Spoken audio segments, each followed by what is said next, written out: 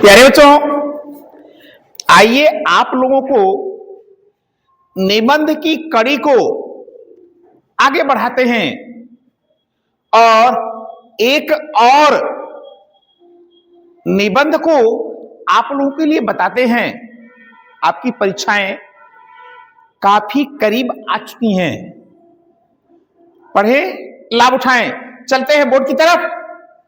यहां देखें, देशाटन के लाभ,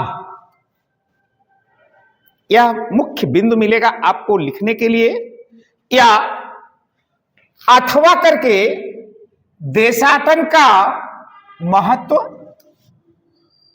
जैसा कि आप लोगों को देखिए, हम यहां किनारे बताए हैं, ये बार बार पूछ लिया जाता है बोर्ड परीक्षाओं में, तो इसलिए आप इसको बिल्कुल याद रखिए और लिखिए।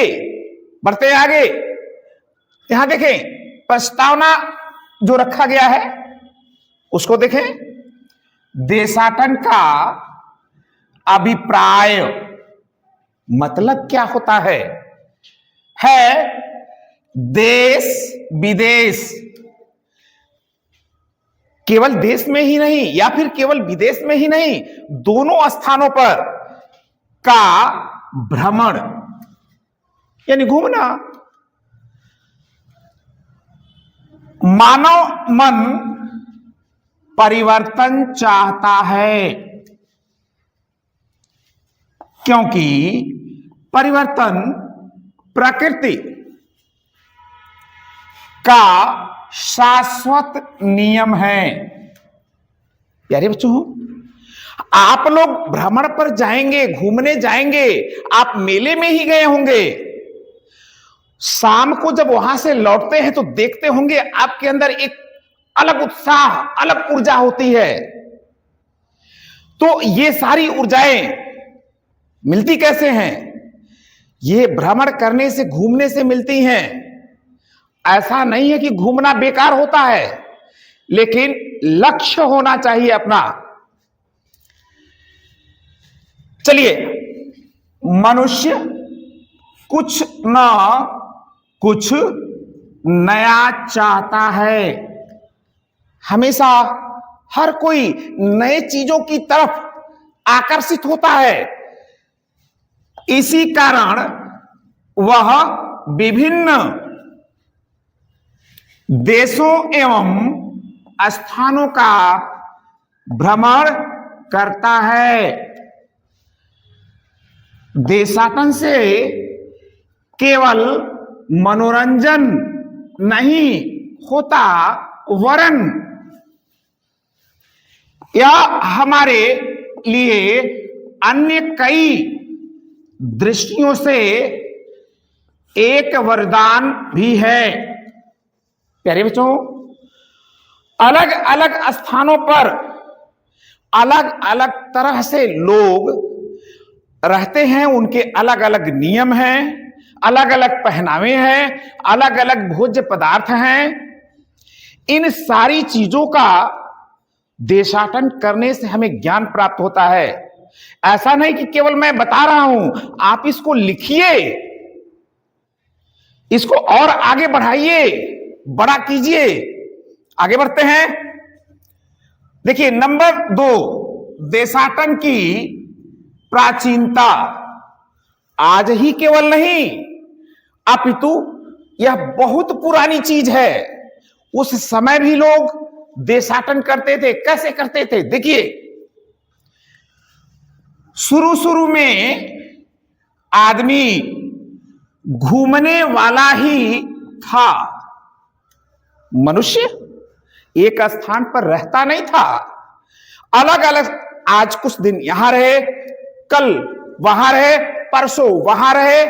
ऐसे हुआ, जब उसकी आवश्यकताएं वहां पूरी नहीं होती थी तो स्थान परिवर्तन कर देता था। घूम घाम कर ही उसने उपजाऊ जमीन का पता लगाया और क्या किया, और तभी से मानव सभ्यता शुरू हुई। जब स्थान को परिवर्तन किया, देखा कहां कौन सी भूमि अनाज इत्यादि के उपज के योग्य है, और ऐसे अगर घूमा नहीं होता, गया नहीं होता, देशाटन नहीं किया होता, तो उसका उसे पता नहीं चलता, ज्ञान नहीं होता उसे। और ऐसा करके वह क्या किया, आगे बढ़ने की कोशिश किया और बढ़ा भी। आगे बढ़ते हैं। अगर मनुष्य में घूमने की इच्छा न होती तो वह आज भी जंगली ही बना रहता। प्यारे बच्चों, अगर मनुष्य घूमा नहीं होता, देशाटन नहीं किया होता, तो आज भी यह जो सभ्यता आप सभी लोग देख रहे हैं वह नहीं मिल पाती, वह जंगल में ही रह जाता, उसकी सोच आगे नहीं बढ़ पाती। आगे बढ़ते हैं। नंबर 3 पर है देशाटन का महत्व। इसके परिणाम क्या होते हैं, क्यों करना चाहिए, पढ़ते हैं। जीवन के यथार्थ को समझने एवं संसार की राजनीतिक, ध्यान दीजिएगा क्या क्या चीजें हैं, धार्मिक, सांस्कृतिक स्थिति आदि का ज्ञान प्राप्त करने के लिए देशाटन महत्वपूर्ण भूमिका निभाता है। प्यारे बच्चों, हम एक स्थान से दूसरे स्थान पर घूम करके देखते हैं राजनीतिक चीजें, उनके क्या नियम है, उनका रहन सहन कैसा है, उनकी वेशभूषा कैसी है, इस चीज को सीखते हैं। और क्या चीज है, धार्मिक, अलग अलग स्थानों पर अलग अलग तरह के लोग अलग अलग तरह के देवी देवताओं को पूजते हैं, और ठीक उसी प्रकार उनकी धार्मिक मान्यताएं भी होती हैं। आपके अपने ही देश में आप देखिए ना, कई स्थानों पर कई तरह की धार्मिक आयोजन होते हैं और उनके अलग अलग नियम हैं। और क्या चीजें हैं, सांस्कृतिक जो रहन सहन है, पहनावा है, रहने के नियम हैं, ये सभी चीजें अलग अलग स्थानों पर अलग अलग तरह की पाई जाती हैं। तो आगे बढ़ते हैं। भ्रमण करने वाला स्वयं तो ज्ञान पाता ही है,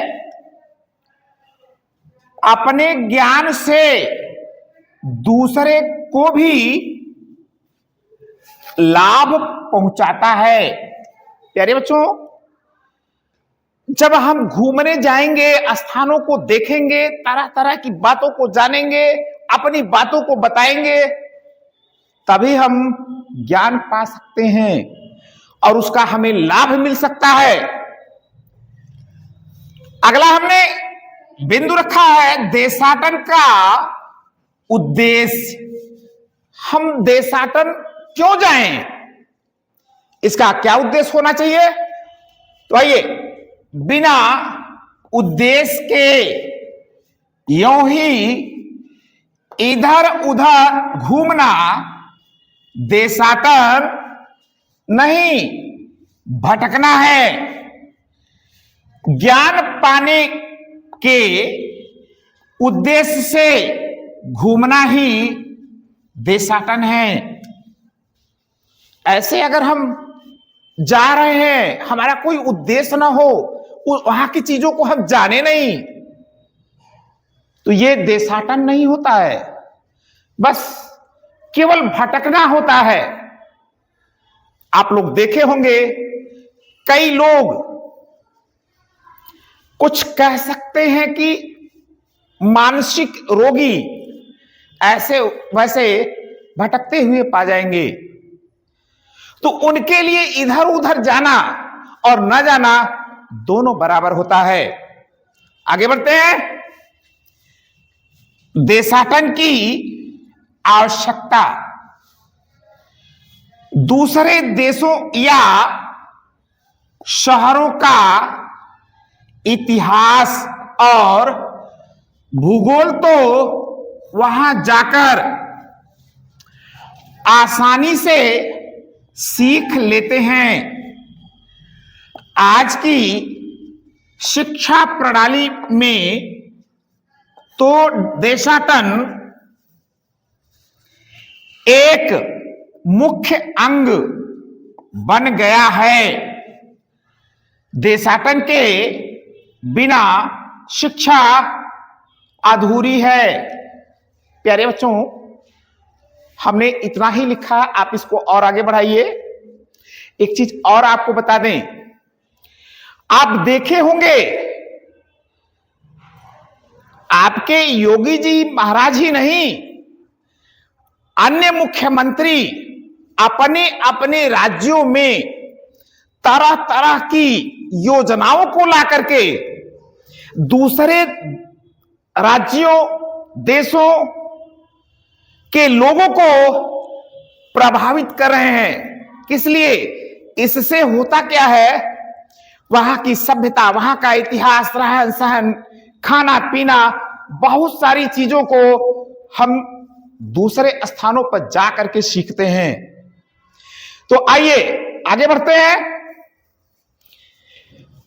देशाटन के लाभ, देशाटन के अनेकों लाभ हैं। हमने कुछ मुख्य बिंदुओं को रखा है। हम तो कुछ बता दे रहे हैं, आप उससे संबंधित और बढ़ा करके 2 ही लाइन सही लेकिन लिखिएगा जरूर। तो आइए देखते हैं क्या क्या बिंदु हैं। नंबर 1, ज्ञान पाना। हम किसी अन्य स्थान पर गए, वहां देखे लोग कैसे अपना जीवन निर्वाह कर रहे हैं, वहां की सभ्यता क्या है, वहां की वेशभूषा क्या है, वे लोग किस प्रकार से आचरण करते हैं, इत्यादि चीजों को आप वर्णित कीजिए, लिखिए। अगला है मनोरंजन। प्यारे बच्चों, आप लोगों को केवल टीवी देखना या फिर मोबाइल देखना, समाचार पत्र पढ़ना या अन्य चीजों को देखना ही मनोरंजन नहीं होता है। आप यहां से वहां आप जाएंगे, देखेंगे तो निश्चित रूप से आपका मस्तिष्क स्वस्थ होगा। वह इसलिए कि आपका एक बेहतर मनोरंजन हो जाता है। और इस तरह से जब हमारा मस्तिष्क स्वस्थ होता है तो हम कुछ और भी अच्छे कार्यों को कर सकते हैं। अगला जो बिंदु है, स्वास्थ्य लाभ।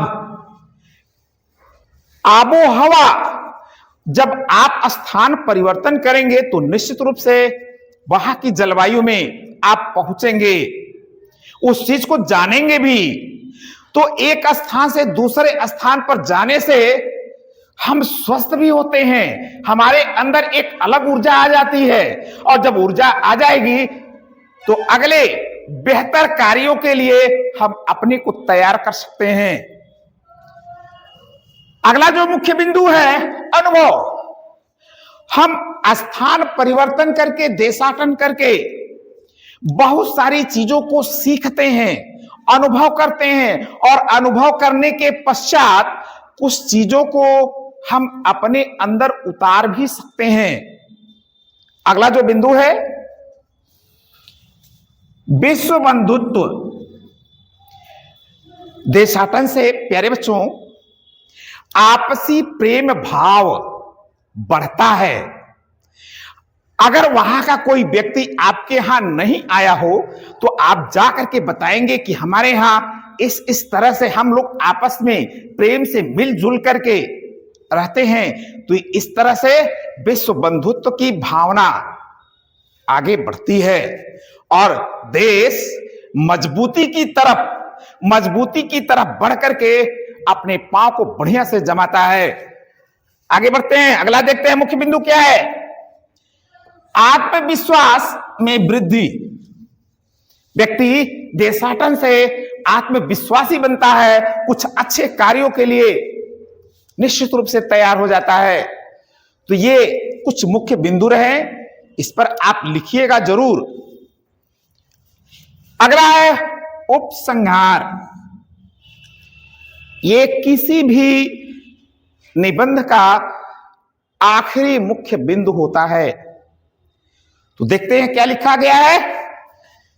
देशाटन से मनुष्य स्वयं तो उन्नति के रास्ते पर आगे बढ़ता ही है, अपने देश को भी आगे बढ़ाता है।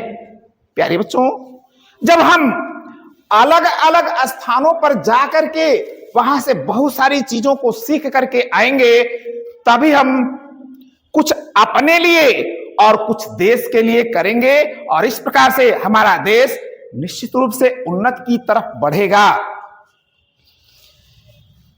किसी ने ठीक ही कहा है। क्या कहा है? थोड़ा सा ध्यान दीजिएगा।